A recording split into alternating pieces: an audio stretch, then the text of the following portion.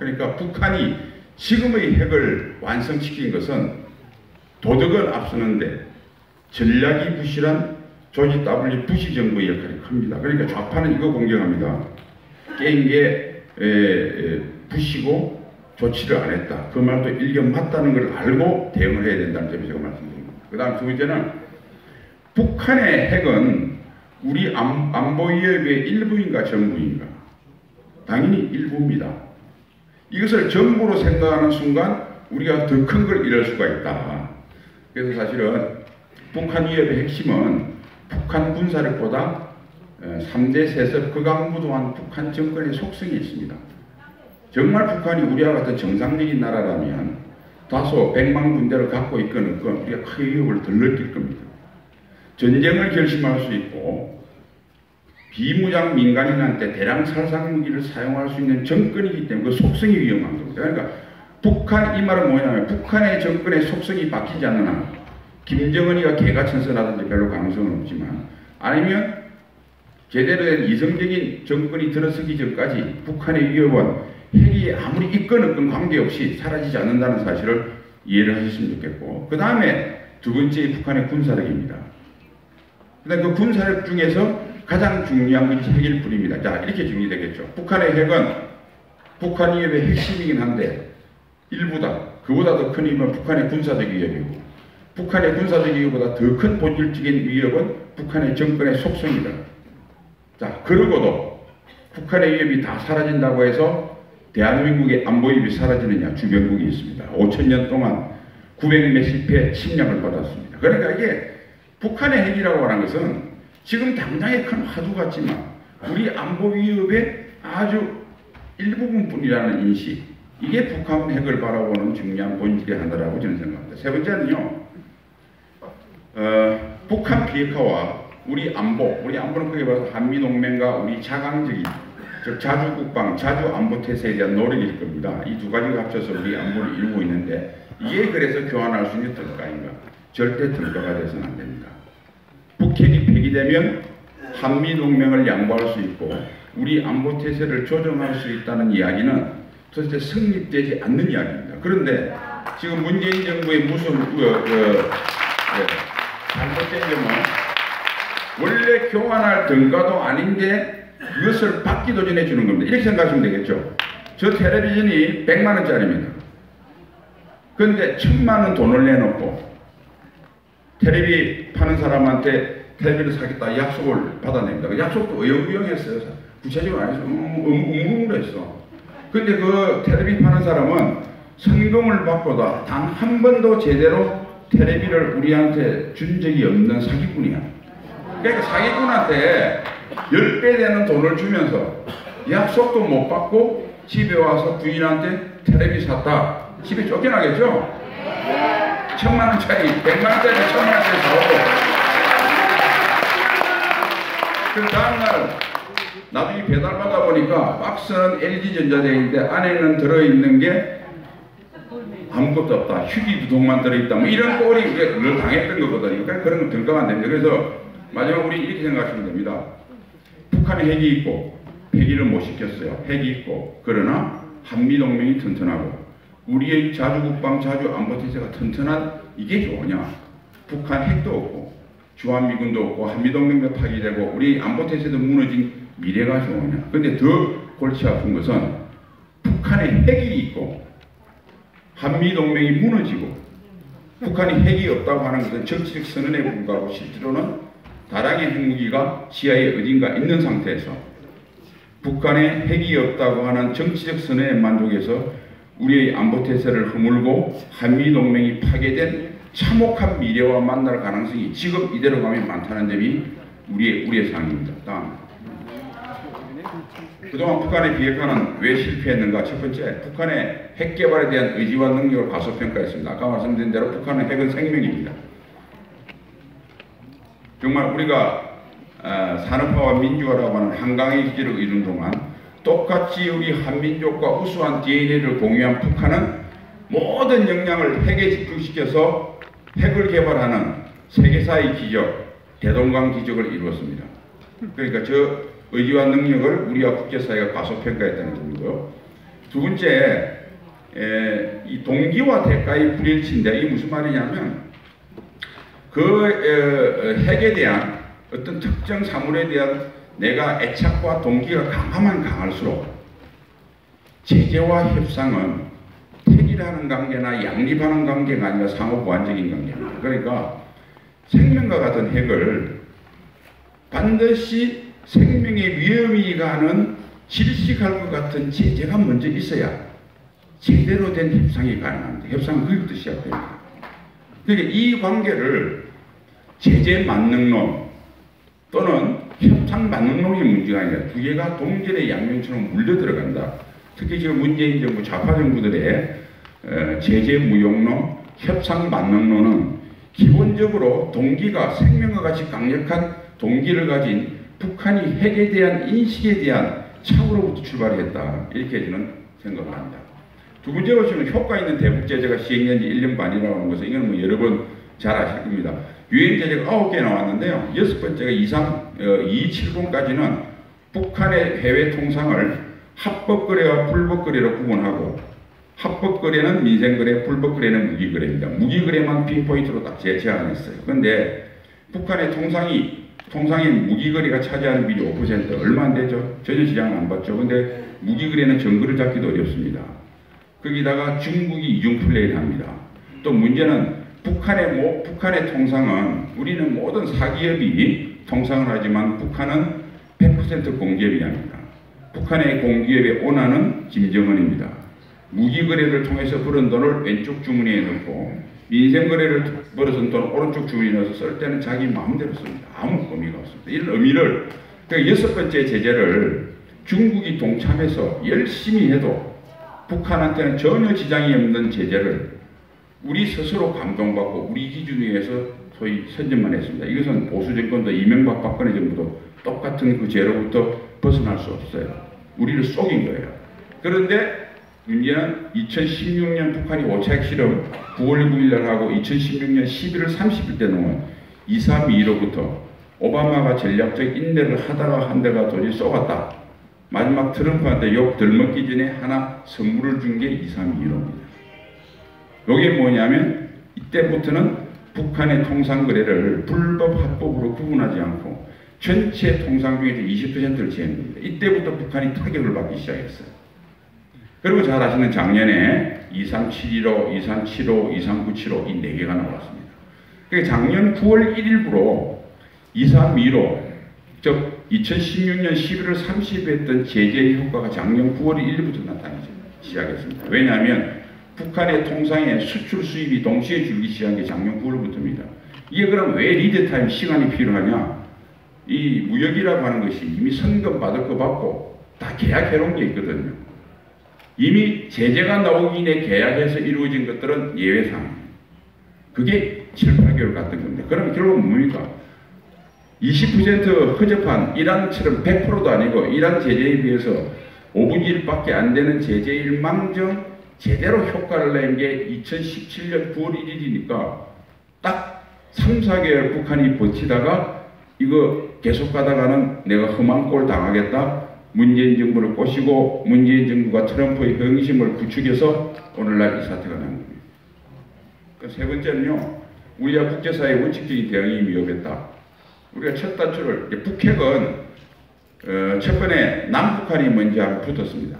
그 노태우 정부가 있을 때 91년, 92년 잘 아는 뭐 남북끼리 기본합의서도 체결하고 했는데 비핵화 공동선언도 하고 이때 노태우 정부가 단추를 잘못 꼈어요. 우리가 먼저 북한은 우리에 비하면 100분질도 안 되는 핵 잠재력을 핵 능력 개발할 수 있는 능력밖에 없고 우리는 거의 완성 단계 수준의 자체 핵 능력에다가 비록 미국 핵이었지만 100발의 핵무기를 가진 핵무장국가였습니다. 대한민국. 북한은 그것을 우리가 먼저 빨가벗습니다. 야, 시범을 보이죠. 북한 니네 보고 시범을 보이랍니다. 북한이 안 보이죠. 그러니까 계속 붙다가 지루하니까 보상을 해줍니다. 그러니까 북한이 좀 듣는 흉내를 내다가 파기합니다. 그럼 또 보상해 줍니다. 이게 20년, 30년간 계속된 거예요. 그러니까 첫 번에 남과 북이 안 붙었고, 그러니까 우리가 실패했어요. 그러니까 미국이 네가 하니까 안 되니까 내가 나올게. 지도 써봤어, 미국을. 그래서 미국이 안 되니까 야, 안 되겠다. 중국말을 제일 잘 듣는다며 중국을 의장국을 해서 6나라 모아가지고 해서 그것도 쏘셨어요. 이것도 네 번째입니다. 똑같아. 여러분, 와이샷에 첫 단추 잘못 끼우면 어떻게 해야 됩니까? 다시 끼워야죠. 이 잘못 끼운 거 가지고 계속 한다고 이 와이샷가 제대로 이 모양이 갖춰집니까? 첫 단추를 잘못 끼면 새로 옷을 입어야 됩니다. 이제 그 문제이고요. 우리 내부의 잘못된 인식과 대응 능력. 1차 북핵위기가 있던 93년 3월 12일 북한이 NPT를 탈퇴하고 시작된 3월 12일부터 2002년 10월 켈리 특사가 방북했을 때 농축 우라늄 개발을 시니했을 때가 우리가 속칭 1차 북핵위기라고 합니다. 그때 우리 사회에 처음에는 유시간치 않은 좌파 지식인으로부터 출발해서 전 국민 상식이 된 말. 북한은 살기 위해서 미국과 협상카드를 만들기 위해서 핵을 개발한다. 무기가 아니죠. 협상카드죠. 그 다음에 북한의 핵 문제는 남북 간의 문제가 아니라 미국하고 북한 문제, 북한과 국제사회의 문제다. 자, 우리 문제도 아니고 무기도 아닌 협상카드에 신경 쓸 필요 있습니까? 그냥 즐겁게 생활하면 되죠. 그런데 98년도 북한이 대포동 미사일을 시험을 하고 2006년도 1차 핵실험을 하자 북한이 이제는 핵 능력을 갖추는 게 가시화가 된다. 그때 우리가 유일하게 전 세계에서 그때 미사일을 맞출 수 있는 미사일이 패트리어트 3입니다. 그것을 우리가 도입하려고 하니까 노무현 정부와 좌파 언론 지식인들이 합세를 해서 미국산 대탄도탄 미사일을 사오면 미국 MD에 가입하는 거고 중국 자극한다. 그래서 우리는 구입 안 하고 일본은 그렇게 해서 일본은 지금 철벽방어가 되어 있어요. 우리는 북한 공군은 더 이상 한미 공군의 우수한 질적 우위에 비해서 전혀 우리한테 위협이 안 되는데 여러분 요새 민방군에서 사이렌 불면요 북한 비행기 우리한테 폭탄 터질 비행기 한 대도 없습니다. 미사일이 떨어집니다. 장사정거나. 하늘에 날아오는 북한의 위협은 비행기 위협은 없어진 겁니다. 근데 아직도 공습하고 있어요. 공습할 비행기가 어디 있습니까? 그러니까 공습할 비행기도 없는데 비행기 맞추는 미사일을 그 수조로 들여서 왜 사요? 이런 허황된 것 때문에 아무것도 못했어요. 한국군은 스스로 북한의 핵미사일을 한국군 단독으로 제대로 신뢰성 있게 이제 막 파편행시로 쪼매서 보완을 했는데 히트킬이라고 저렇게 직격형으로 때려야 됩니다. 미사일은. 왜냐하면 비행기는 파편이 돼서 연료통에 구멍도 나고 부시지만 미사일은 쇳덩어리이기 때문에 그대로 쇳덩이를 부셔버려야 돼요. 그런데 핵무기는 소위 장치가, 기폭 장치가 그 조건이 돼야 터지지 미사일 만들고 터지는 게 아닙니다. 그러니까 히트킬을 해서 정확하게 쇳덩어리를 부셔야 되는데 그 미사일은 오래 들기 시작합니다. 뭐예요? 이게 이런 논리를 해야 돼요. 사드 때 똑같은 데자뷰가 됐죠. 그러니까 25년 동안 이런 쓸데없는 공론과 담론하고 이게 꼭 조선시대하고 어쩜 그렇게 같은지 하려면 충분히 할 수 있는 것들을 바로 저렇게 해서 했습니다. 그래서 이제 마지막으로 앞으로 남은 논리가 이럴 겁니다. 아까 말한 대로 북한의 핵은 뭐 무기다, 무기가 안 된다 하다가 북한 핵을 막을 수 있는 능력을 갖추면 중국 자극한다고 해서 딱 마지막 북한의 핵이 딱 되면 벌써 우리 대통령도 그런 말씀하시고 이 소위 이쪽에 정부계통이 있으신 분들이나 그쪽 좌파 언론, 좌파 학자들 그런 이야기를 하죠. 북한의 핵은 이제 비핵화시키기는 끝났다. 북한 핵은 폐기시킬 차원이 아니라 억제하고 관리할 차원이다. 이곳을 하겠다는 소리입니다. 다른 무식해 보여요. 아주 뭐 무슨 박사해가지고 이곳을 하겠다. 그 다음 마지막에 주한 한미동맹이 파괴되는 날 이런 담론이 놓이게 될 겁니다. 삶이 아무리 참혹하더라도 죽는 것보다 낫다. 멋있잖아요. 그러면 항복하는 겁니다. 우리 사회에 마지막 북한에 굴복하는 가는 길에 두 가지 중요한 담론이 있습니다. 이건 귀를 기울이다가 이런 소리가 텔레비 나와서 하고 뭐 신문에 나와서 하고 무슨 외국에서 좋은 대학 박사 나온 사람이 아주 유식하게 이야기하는 날 우리 목숨은 경각에 달렸다고 생각하시면 정확할 겁니다.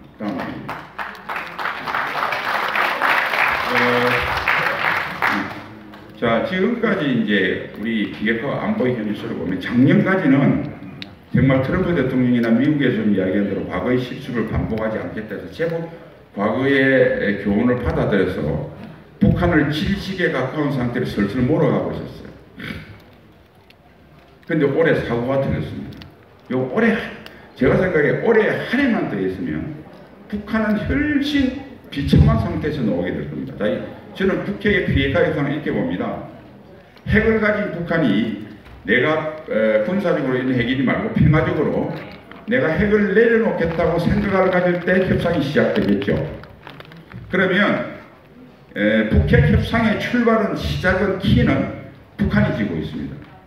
그 다음에 이 비핵화 협상이 성공하느냐 실패하느냐의 99.9%는 어디에 달렸냐면 북한이 자 지금부터 협상합시다 나올 때 북한이 어떤 상태에서 나오느냐에 따라 달립니다. 북한이 버틸 수 없는 상태에서 나오면 제재 해제만으로 우리가 원하는 CVID 군사적 신뢰구축 평화체제구축 다 얻을 수 있습니다. 그런데 북한이 버틸 수 있는 상태에서 이점에서 나올만하다라고 나오게 되면 북한은 미국을 위협하는 핵이나 또는 국제사회에서 정치적으로나 외교적으로나 비핵화로 상징적으로 할 수 있는 조치를 하고 우리한테 얻을 수 있는 거 다 얻을 수 있습니다. 우리가 할 수 있는 한미동맹을 와해시키고 우리 안보태세를 허무고 제재는 당연한 거고요. 막대한 경제 지원에 우리가 쓸 수 있는 모든 카드를 북한의 상징적이고 외교적이고 정치적인 스테이트먼트 선언에 다 소진하고 말 겁니다. 2017년은 북한한테 견딜 수 없는 상황에서 협상이 나오도록 상황이 한 20~30% 조성되어 나오는데 북한이 손짓하면 하니까 우리 문재인 정부가 결정적인 북핵 위기가 시작되고 한 번도 조성해보지 못한 가장 결정적인 국면에서 가장 유리한 국면에서 가장 불리한 국면으로 저렇게 3개월 만에 천재적으로 바꿔놨습니다. 천재입니다. 문재인 대통령. 그러니까는 그럼에도 불구하고 더 중요한 거는 이제 저게 또 두 번째 천재적 행위인데 그렇게 유리한 것을 3~4개월 만에 그렇게 불리한 거로 바꾸는 그 천재적 재주도 탁월한데 두 번째 조주는 아까 말씀드린 비핵화하고 되더라도 절대 우리가 보상을 주면 안 되는 훨씬 높은 가치에 있는 우리 안보 태세를 북한이 말하기도 전에 다 허물어버리고 있습니다. 그러니까 이런 겁니다. 여러분들 협상이라고 하는 것은 주고받는 겁니다. 우리가 북한한테 받고자 하는 것은 CVID, 과거와 현재와 미래의 모든 핵을 완전히 제거한 것이 우리가 받고자 하는 계산서일 겁니다. 그럼 우리도 뭔가 내놔야 되잖아요. 저는 이렇게 봅니다.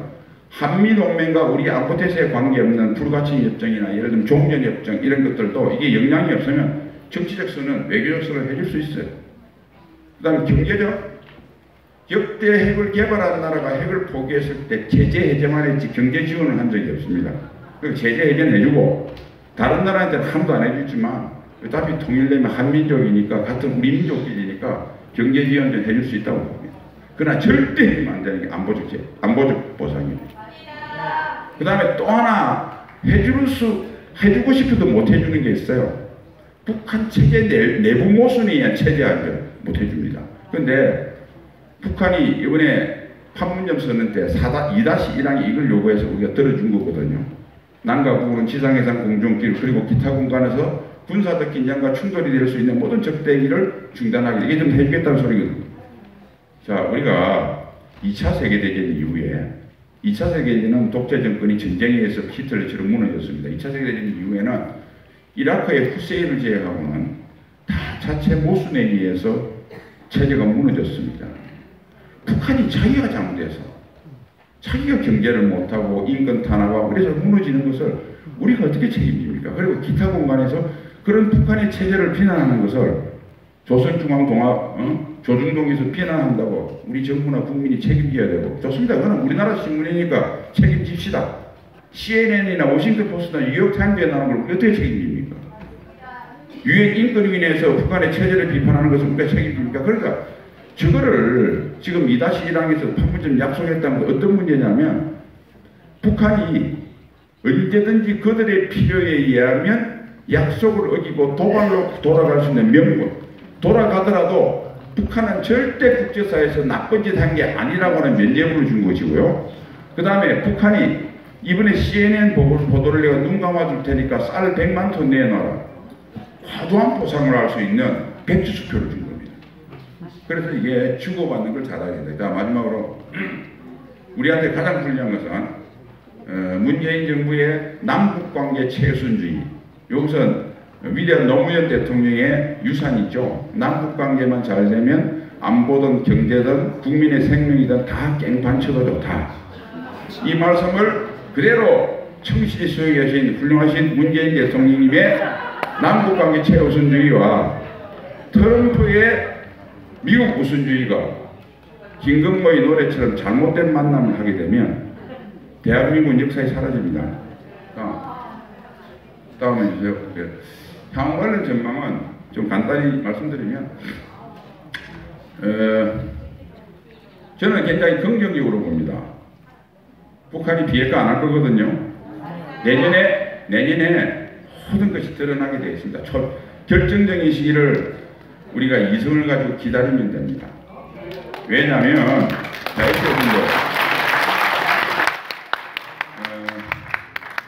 아마 올해 한 6월달 싱가포르 회담 정도 하고 뭐 길게 잡아도 지금 이 순간까지는 우리가 백화점 가서 물건을 샀습니다. 근데 직접 눈을 보고 못 샀고요.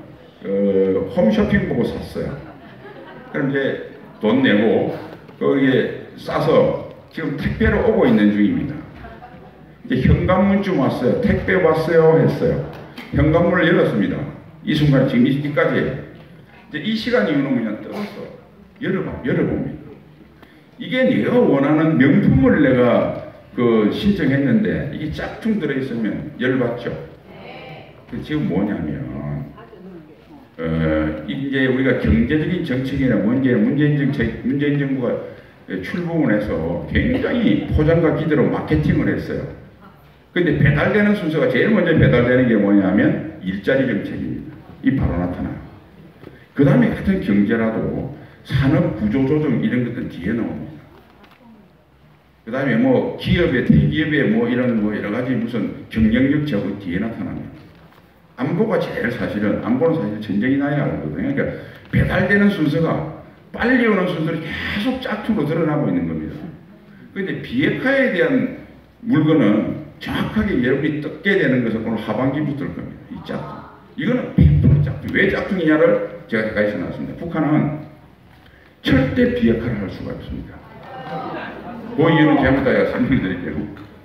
왜냐하면 비핵화를 하게 되면 척화를 포기해야 됩니다. 대한민국을 척화할 수 있는 수단이 없어요. 척화가 안 되면 한 5년, 10년 정도는 북한이 버틸 수 있을지 몰라도 김정은은 이런 생각이에요. 이게 왜 임기가 정해진 나라들은 정상적으로 갈 수밖에 없냐면 제가 5년만 잘하면 되거든. 근데 김정은이 자기 아들까지 나라를 물리줘야 되는데 그동안 척화가 안 돼야 돼. 5년, 10년이 문제가 아니야. 5년만 한다면 5년 동안 내가 있을 때 북한이 버틸 수 있고 다음에 뭐 잘하겠지 그러고 할 수 있는데 저게 문제예요. 그러니까 척화를 포기하는 거 아니면 핵을 내려놓을 수 없다는 문제고, 두 번째는 사람이 중국 베트남식 계획 개방을 하는데요. 이게 참 중요한 거예요. 우리는 경제 개방이 진짜 중요한 게 뭐냐면 정치 개혁입니다. 그래서 덩소평은 78년도 중국이 개혁 개방을 선언하기 전에 벌써 다 공산당 자체를 통해서 개혁 개방의 가장 큰 걸림돌이 뭐냐? 1인 독재다. 뭐 대통령 1인 독재를 없앱니다. 그리고 1인 독재를 없애기 위해서 자유민주주의처럼 다당제는 할 수 없지만 공산당 내 체크 앤 밸런스를 이루자. 그래서 쌍하이방 태자당에서 하고, 그 다음에 한 사람이 10년 이상 하면 안 된다. 그러면 10년 이상 할 수, 내가 100년을 내 죽을 때까지 아들까지 할 수 있다는 가능성이 열리면 이 권력을 유지할 가능성과 국민을 잘 살게 하는 가능성이 충돌할 때는 권력을 지탱하는 걸 선택하게 돼 있습니다. 그리고 역대 똑같습니다. 열심히 일해서 사람이 아무 생각, 그러니까 너무 배고파도 문제지만 열심히 일해서 삼시세끼 밥 먹은 이상 주면 반드시 정치적 욕구를 인간은 하게 돼 있어요. 그러니까 더 잘 사는 북한 주민은 삼시세끼이 해결이 되고 입밥에 고깃국을 넘어서 자가용을 가지게 되는 북한 주민은 제3대 세습세와 동의할 수 없습니다. 그래서 덩소평이 한계를 둔 거예요. 베트남은 호치민이라는 사람은 상당히 공산주의자 훌륭한 사람인데 이 사람은 1인 독재에 관심이 없었어. 자기 동상도 못 세우고 했어. 바로 집단지도 지적 들어갔습니다. 그래서 80년도가 도이모이가 이제부터 개혁개방 선언을 했는데 미국한테 지켜가지고 94년도 미 베트남 수교되는 바람에 돈이 들어온 겁니다. 그러니까 이게 무슨 말이냐면 중국 베트남식 개혁개방을 하려면 김정은이 이 북한 주민이 불쌍한 북한 주민의 삶의 질의 향상과 내 3대 세습이 충돌할 때 내 3대 세습을 포기할 수 있다. 그리고 더 나아가서 대한민국 같이 위대한 국가가 되려면 김정은이가 우리 박정희 대통령처럼 내 무덤에 침을 뱉으라는 각오를 하면 개혁개발 가능합니다. 경제개발 가능합니다. 저거 가능하겠습니까? 불가능합니다. 그리고 이제 여기 재밌는 건데요. 자, 이거는 역지사실로 김정은 입장에서 생각해 봐야 돼요. 자, 내가 문재인 대통령 말도 믿고 트럼프 대통령 말도 핵을 다 내려놓다고 그래요. 문재인 대통령이 계속 자기처럼 100년을 하고 트럼프가 계속 100년을 하면 괜찮을 것 같은데 이게 정권 바뀌어서 아니야 그러면 사고가 나잖아요. 그 공무추도 해야지 사람이. 여러분 김정은 같으면 핵 안 공추되겠습니까? 그 다음에 미국이라는 나라가 재밌는 나라입니다. 우리는 우리한테 국가이익에 도움이 된다 그러면 인권이 참혹한 국가와도 얼마든지 장사해요. 미국도 물론 국가이익이 우선입니다만 미국이 메이플라워를 타고 미국에 올 때부터 기본 정신이 인권이란 자유, 인권 이에 대해서는 누가 CNN에서 북한의 인권이 참혹하다 하면 여론이 확 바뀝니다. 대표적인 게 두 가지만 드릴게요. 80년대 레이건 대통령이 미국에서 굉장히 인기 있는 대통령이거든요. 그런데 레이건 이란 컨트라가 뭐냐면 79년도 이란 호메니 혁명이 일어났을 때요. 2차 월성이 났죠. 어쨌든 여러분 잘 아시는 미 대사관 인질 사건이 났습니다. 카터 대통령이 델타 포스를 집어넣었는데 실패했어요. 그리고 인질이 계속 잡혀 있습니다. 그러니까 자국민이 잡혀 있으니까 레이건 대통령은 빨리 구출해야 될 거 아니에요. 그런데 군사작전 하면 실패했으니까 다시 하자니까 부담이 되고 협상을 시작합니다. 근데 이란이 요구합니다. 이란 이라크 전쟁 중인데 미국이 이라크를 지원해서 무기를 대주니까 도대체 우리도 너 그 좋은 무기 좀 대주라.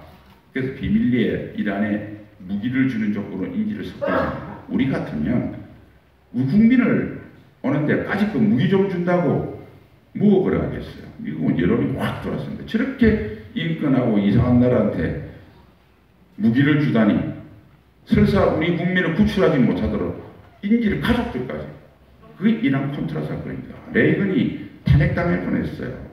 니카라구아 콘트라는 뭐냐면 1962년도에 소모소라고 하는 웨스트포인트 나온 군사 독재 정권을 했는데 산딘스타라고 공산 게릴라들이 공산화시켰습니다. 그런데 공산 게릴라들이 실정을 거듭하니까 70년 말부터 우익 게릴라들이 반정부 활동을 해요.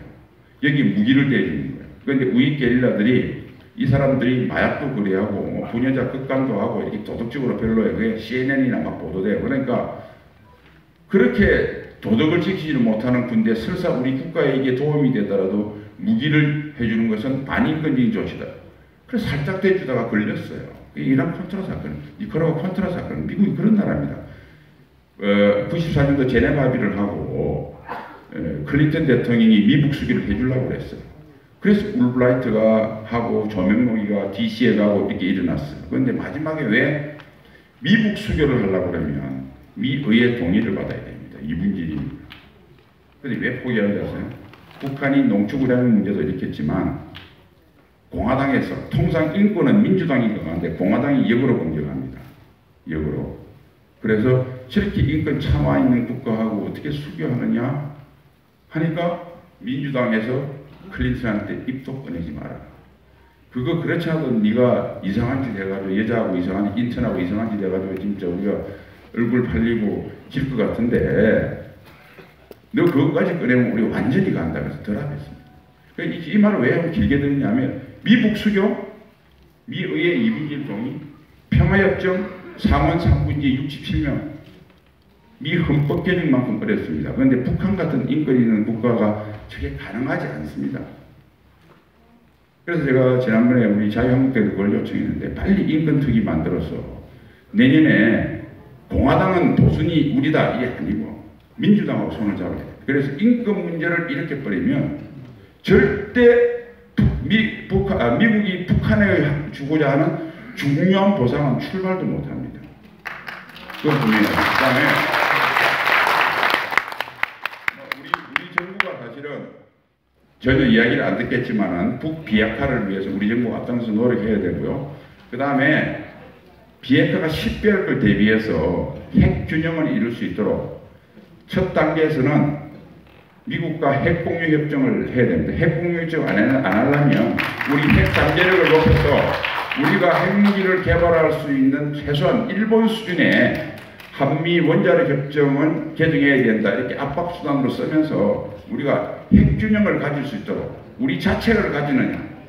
핵균형이 세 가지입니다. 우리가 완전한 핵무장을 하느냐, 핵 잠재력을 높이느냐, 그 다음 동시에 미국의 핵을 우리처럼 쓸 수 있도록 훨씬 나토식의 핵공유 정책을 협정을 만들어내느냐 이래서 하고, 그 다음에 한미동맹을 강화시키고 자주국방, 이게 실패 시대 아닙니다. 그런데 우리 정부가 안 할 거예요. 문재인 정부. 안 하면 어떻게 하느냐, 이것을 여론을 만들어서 민주당 지도부가 압박을 느낍니다. 저거 안 하면 2020년 총선에 교섭단체도 안 당하겠구나, 이렇게 되면 할 겁니다. 방법은 저거밖에 없어요. 북한하고 똑같아요. 선의로 절대 안 합니다. 그걸 안 하면 내가 죽을 것 같은, 질식할 것 같은 정치적 질식 상태를 만들어야 정책을 바꾼다는 걸 반드시 명심해 주십시오. 그래서 내년도에는 확정 편향 사고에 탈피해서 우리가 드러날 진짜 진실의 문 앞에 설 준비를 지금부터 올림날까지 하는 시간이다. 저는 그렇게 봅니다. 다음. 오늘 뭐 앞에 말씀드린 제가 간단하게 하겠습니다. 실패의 교훈을 바탕으로 이제 북비핵화가 세 가지거든요. 가장 완벽한 비핵화는 뭐냐면 북한의 정권의 아까 속성, 정권을 교체시키는 겁니다. 두 번째가 북한을 협상을 통해서 평화적으로 내려놓게 하는 겁니다. 세 번째가 뭐냐면 군사적 비핵화를 하는 겁니다. 세 가지인데 우선 실패의 교훈을 바탕으로 북핵 협상을 기본에서 다시 시작해서 평화적 비핵화의 가능성이 아직 충분히 남아 있습니다. 한 번도 우리가 제대로 안 써서 2017년도에 아마 하는 척 하다가 말았습니다. 절대 끈을 놓지 말고 할 수 있다. 그래서 여권 조성은 북이 버틸 수 없는 상황으로 2017년 상황으로 재부팅을 해야 됩니다. 목표와 전략을 다시 정립해야 됩니다. 북비핵화는 목표가 아니라 더 나은 안보와 평화를 위한 수단임을 확실히 명심을 하고, 받을 거는 확실히 받자. 줘도 되고 줄 수 있는 것만 주자. 안보는 줄 수는 있지만 절세 줘서는 안 되는 보상이고, 북이 내부 모순에 의한 체제 보상은 주고 싶어도 못 준다. 그래서 절대 주면 안 되고 줄 수도 없는 것을 준다고 덜렁 약속해가지고 나중에 엉망이 만들지 말자. 줄 것만 주자. 줄 거 주는 것은 외교적 보상과 경제적 보상이다. 이 원칙을 정해놓고 이 보상도 함부로 주면 안 됩니다. 제가 이런 이야기를 합니다.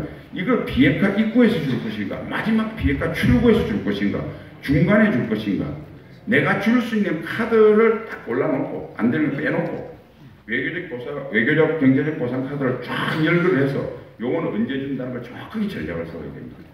여러분 이런 겁니다. 우리 아들이 있는데 학교 다니고 맨 싸움박질을 합니다. 한 달 내내 안 가. 불렀어. 제가 100만 원을 굉장히 귀중시하고 100만 원만 달라는 게 소원이거든요. 아빠가 앞으로 이번 학기 끝날 때까지 학교 계속 나가고 반에서 30당 안에 들면 100만 원 줄게 했습니다. 그런데 다음날 그 약속에 그 당근에 혹한 우리 아들이 학교에 한 달 동안 안 가다 드디어 갔습니다. 부부가 감동의 물결입니다. 엉엉 웁니다. 집에 와서 100만 원 줘버립니다. 끝입니다. 그러니까 한미연합훈련 중단이야 저런 것들은 설사 카드를 주도 안 될 카드지만 굳이 줘서 조금 흉내를 낸다 하더라도 마지막에 줄 카드를 입장도 안 해서 줬다는 거죠. 그러니까 이런 모든 것을 재부팅해야 된다. 다음, 북변화를 위한 적극적인 전략, 이게 가장 큰 게 인권입니다. 레이건 대통령이 마지막 숨통을 조여서 러시아를 경멸시킬 때 4가지라고 썼는데요. 그 소개는 우선 외교적인 전략, 우리 친미국가를 진영을 단결시킵니다. 그 다음에 인텔리전스, 공산권에 대해서 홍보 신경을 씁니다. 악의 제국. 그러니까 브레즈네프가 나 그렇게 그 좋은 서방에서도 언론에서 때려요. 그러니까 브레즈네프가 나 그렇게 나쁜 놈 아니야 이렇게. 이게 문제는 나쁜 남자가 착한 남자인 척 할 때 위기가 옵니다. 그래서 솔제니친 풀어주고 바이오에서 폴란드 노조를 진압을 못해요. 그러니까 동북골이 팍 난리가 났어요. 그 다음에 SDI 미사일 날라오면 우주에서 레이저로 쏘아서 없애버리겠다. 지금까지 안 됐거든요. 쿠라죠, 쿠라. 소련은 미국의 쿠라에 속아가지고 국방비를 없는 돈에 3배나 늘려서 아주 거들이 났습니다. 그 다음에 마지막에 소련의 모든 부의 원천인 저유가 정책을 보였습니다. 그러니까 2차 오일쇼크가 나서 1불에 36달러 하던 것이 산유국 정산시키고 그래서 85년도 1불에 28달러까지 내렸는데 결정적인 것이 북해산 브렌트요. 그러니까 70년 중반에 해상유진이 발견됐는데 돈이 없어 영국이 개발을 못하던 것을 레이건 정부가 월가를 동원해가지고 로얄 더치시라는 데 그걸 개발해요. 그게 오늘날 북해산 브렌트입니다. 85년 말에 터졌습니다. 그게 10달러로 떨어진단 말이에요. 그래서 소련이 89년도 그들을 나서 파산했어요. 근데 사실은 요 말씀드리면 우리가 미국이 군사적 정치적으로 라이벌인 소련을 깨기 위해서 저유가를 핀 바람에 우리가 저유가가 왔습니다. 3조 화학이 첫 번째입니다. 경제 라이벌인 일본을 두들겨 부시기 위해서 85년 파라자비를 했는데 그래서 원저 현상이 나왔습니다. 그리고 일본은 앵고를 시키니까 금리 부담이 되니까 저금리 정책을 폈습니다. 그러니까 80년대는 뭐냐면 박정희 대통령이 만들어놓은 중화공업이 돈을 많이 안 내, 돈이 당장 안 되고 우리 한국 경제에 큰 건설을 해놨는데 주름살이 있는 순간 우리 전두환 정부에서 철저한 한미 공제에 의해서 미국이 이등을 두들겨 펼 때 옆에 붙어서 반사이익을 다 봐서 중화공업화학대국은 바로 그때 86년, 7년, 8년 당군일의 최대 호황이나 3조 호황은 미국이 경제적 라이벌인 일본과 안보적 라이벌인 소련을 두들겨 때리면서 나온 결과였어요. 지금 중국을 두들겨 빼면서 나온 결과 세계 요동을 칩니다. 그런데 불행한 것은 그때 80년대처럼 반사이익을 얻기는커녕 같이 가게 생긴 것이 한국의 커다란 리스크입니다. 그 다음에 이제 비핵화 실패 가능성에 대비한 아까 공유체제, 우리 대응 능력 이런 것들은 군사적으로 갖춰야 된다. 그 다음에 이제 대응 능력에 한 가지 말씀드리겠습니다. 북지도부 제거 능력은 굉장히 중요한 게 됩니다. 이게 왜 그러냐면 우리가 공포의 균형이라고 하는 것이 상호 확정 파괴라고 하는 것이 대개 대상이 거래 대상이 양국 국민입니다. 그러니까 평양 주민 500만, 서울 시민 500만이 한 방에 죽을 수 있으니까 우리 전쟁하지 말자는 게 공포의 일반적인 공포의 균형입니다. 그런데 북한은 평양 주민 몇백만, 천만이 됐든 간에 김정은 목숨이 더 중요합니다. 그 다음에 북한 주민도 그것을 인정해요. 총폭탄 정신으로 최고존엄을 존엄하자고 해요. 그럼 어떻게 되겠습니까? 대한민국 국민의 많은 국민의 목숨과 김정은 지도부의 목숨은 등가로 교환할 공포의 대상이 되는 겁니다. 그러면 미국이 가지고 있는 핵전력은 북한의 대량 파괴를 의미를 하고 우리가 갖고 있는 제식 정밀 타격은 김정은 지도부만 제거할 수 있다고 그러면 공포의 균형으로서 완전성이 높아지는 겁니다. 그래서 우리가 저걸 가지는 건 대단히 중요한 겁니다. 이런 말이고요. 첨단 비핵 전략무기 개발, 그러니까 핵이라고 하는 것은 70몇 년 전에 개발된 지금도 설계도만 있고 물질만 있으면 서울공대 학생들이 핵무기 만들 수 있습니다. 고급 기술이 아닙니다. 그런데 그게 너무 위력이 커서 68년도 기존 갖고 있던 나라를 갖고 나머지는 못 갖게 해서 국제 레짐이 나온 거죠. 그러니까 우리가 레이저 무기라든지 비살상 뭐 이런 여러 가지 무기라든지 전자적 무기라든지 여러 가지 이런 전략 무기들이 지금 굉장히 또 개발되고 있거든요. 이거 빨리 서둘러야 됩니다. 언젠가 이 위력이 세상에 밝혀지는 날 반드시 국제 레짐이 나옵니다. 그때까지 개발한 나라들은 갖고 있고 앞으로 개발하지 못해.